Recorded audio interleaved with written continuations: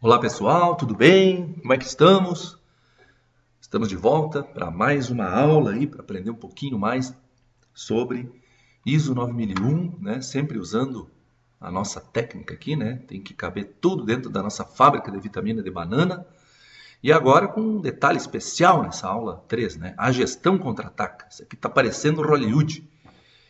Cada vez mais uma inovação. Vocês vão ver hoje, tem várias inovações, né? 2 slides a mais em relação às aulas anteriores. Né? Até me atrapalho de emocionado para falar isso aí. Mas é isso aí mesmo. A gente vai aprendendo. Bom, pessoal, na verdade, né, eu quero saudar vocês, né, falar que a gente está continuando aí com as nossas aulas. Quero também me desculpar aí porque a minha respiração anda meio ofegante, vocês já devem ter notado, mas realmente o frio do sul aqui nessa época do ano pega a gente de surpresa, né?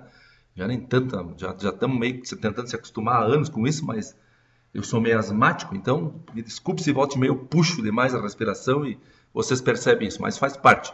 A aula tem que continuar, o show tem que continuar. Bom, nós estamos com um novo formato de aula agora, pessoal. Também, né? A gente reduziu para 10, em torno de 10 minutos, né? Porque as aulas anteriores eu tinha projetado para 20 minutos e o tal do YouTube me disse que não pode. Né? Eu tentei inserir lá as primeiras aulas e vocês devem ter observado que eu tive que fazer um recorte, dividir as aulas ao meio, só, era 20 minutos, se eram 2 aulas, eu fiz 2 aulas de 10 minutos em cada aula, na verdade.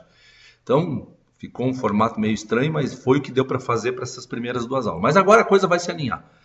Infelizmente, esse tal de YouTube é mais curto do que coice de porco, como a gente diz aqui no Sul, né? Então, eu vou ter que me adaptar. Isso é aquela história, né? Vivendo e aprendendo, sou meio novo no pedaço aí, estou aprendendo a lidar com essas coisas, então a gente vai se acostumando. Mas nada impede a gente seguir adiante. Então tá, pessoal, nós vamos ver hoje, né? ISO 9001 e vitamina de banana, gestão contra-ataca. Tal da gestão, né? Até agora a gente viu bastante coisa, né, de operação, né, e menos de gestão. Né? Agora a gente vai crescer na foto na questão da gestão. A gestão, pessoal, é o que paga a conta da tal da ISO 9001.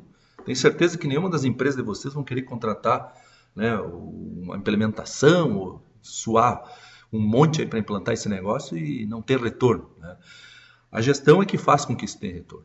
A boa gestão faz com que isso tenha retorno. E a ISO 9001, ela tem lá um capítulo que fala só disso. Hoje a gente vai destacar alguns dos itens, mais adiante a gente vai aprofundar outros. Mas é importante, né? Sem isso não se paga a conta, sem isso não se tem retorno. Retorno, que eu já falei para vocês, é lucro, é rentabilidade. É isso que a gente precisa para os nossos negócios. Se a gente vai investir em qualidade é para ter algum prêmio lá na frente, né? E o prêmio é esse retorno. Então agora vocês vão ver como é que a gente consegue isso. Né? Muita gente se atrapalha, né? Seguindo cartilha e seguindo modismos e não sei o que, implementa uma ISO meio que por protocolo e quando vê está se atrapalhando mais enrolado que namoro de cobra. Então, o que a gente faz? Né? Na verdade, a gente tem que ter uma visão lá, de metas, de objetivos, já falamos isso na aula passada, para que realmente a gente possa, né, conquistar alguma coisa. O certificado, para mim, é o de menos. Né? O que vale mesmo é o retorno que esse negócio me dá. Então, pessoal, hoje a gente vai falar menos aqui do nosso processo, só vou listar ele aqui de novo para vocês se relembrarem, né? Já está todo mundo acostumado. Nosso velho e bom processo de fabricação de vitamina de banana, aqui ele. E é claro que um dos elementos que podem aparecer aqui de vez em quando é um tal do produto não conforme. Nós vamos se defrontar com essa situação. Então a gente tem que estar preparado para isso também, pessoal. Então tá aqui, ó. Vamos centralizar agora nessa situação aqui. O tal do produto não conforme, item 8.3 da norma, que vai nos dizer como controlar essa situação. Está aqui o produto pronto. E aí vamos dizer que lá pelas tantas o meu degustador, você lembra das últimas aulas, né? Fez aquele famoso teste, pegou um copinho, deu uma provada e chegou à conclusão que não está lá essas coisas, né? Não está no padrão que a gente queria de qualidade. Bom, produto rejeitado. Olha que legal, até efeito especial já tem. Então o teste de degustação reprovou meu produto, o que eu vou fazer? Né? Rejeito aquele lote, né? Você lembra que eu falei que a cada 10 o cara tomava um copinho, então aqueles 10 ali já estão comprometidos. Né? Provavelmente, por se tratar de um alimento, vou ter que jogar fora esse negócio, vai gerar impacto ambiental, influente, resíduo, aquela história toda da gestão ambiental que futuramente vocês vão ter umas aulinhas comigo também para entender melhor isso aí. Mas é o que eu tenho para fazer nessa situação. O alimento é difícil tu fazer algum reaproveitamento. O item 8.3 da norma até diz lá que tu pode fazer, retrabalhar o produto, pode desqualificar o produto para algum, né, ainda com valor comercial, para uma outra categoria mais baixa de qualidade.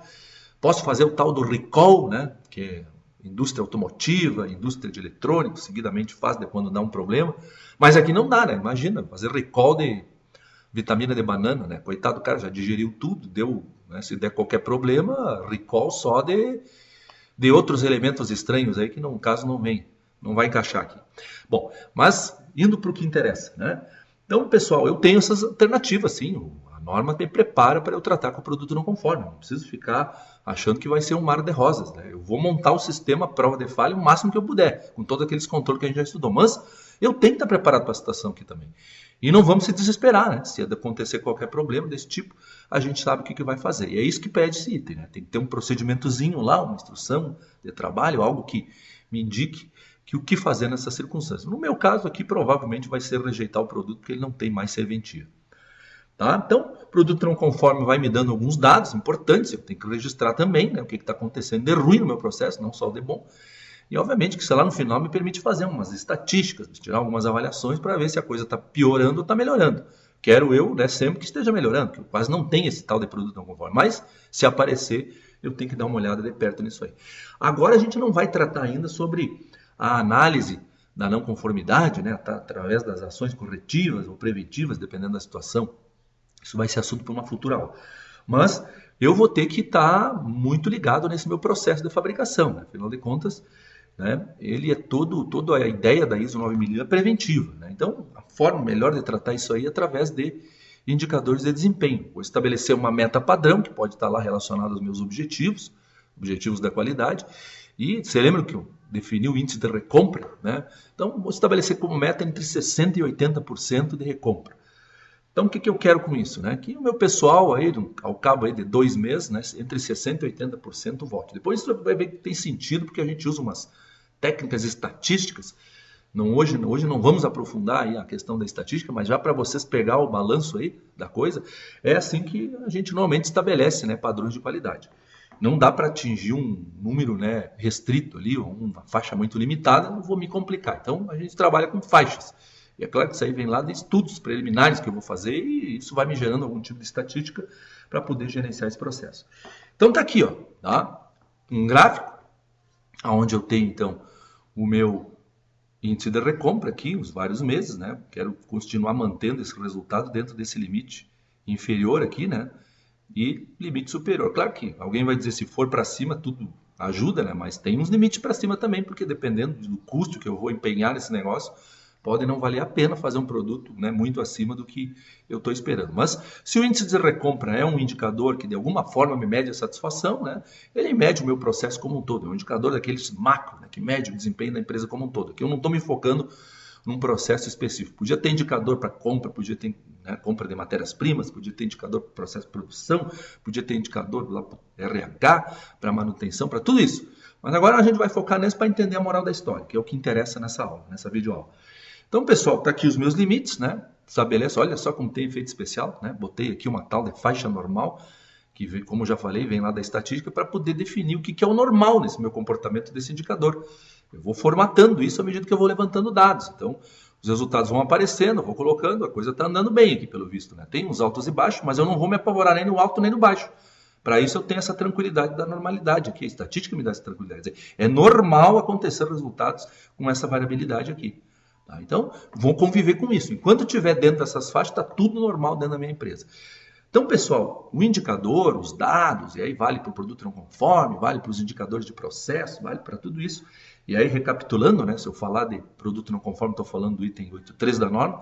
Se eu falar de medição ou monitoramento de processo, estou falando do item 8.2.3 da norma. Né? A norma não pede explicitamente o tal do indicador, mas a gente acaba quase sempre usando, né, medidores, medições, métricas, enfim, para que a gente possa ter alguma ideia quantitativa do meu desempenho. Isso é importante, porque lá fala em resultado planejado, o resultado planejado normalmente é uma meta. Então tá aqui, pessoal. Eu vou gerenciar isso aqui, vou gerar dados à medida que as coisas vão acontecendo. Aqui eu estou apurando, né, um resultado por mês.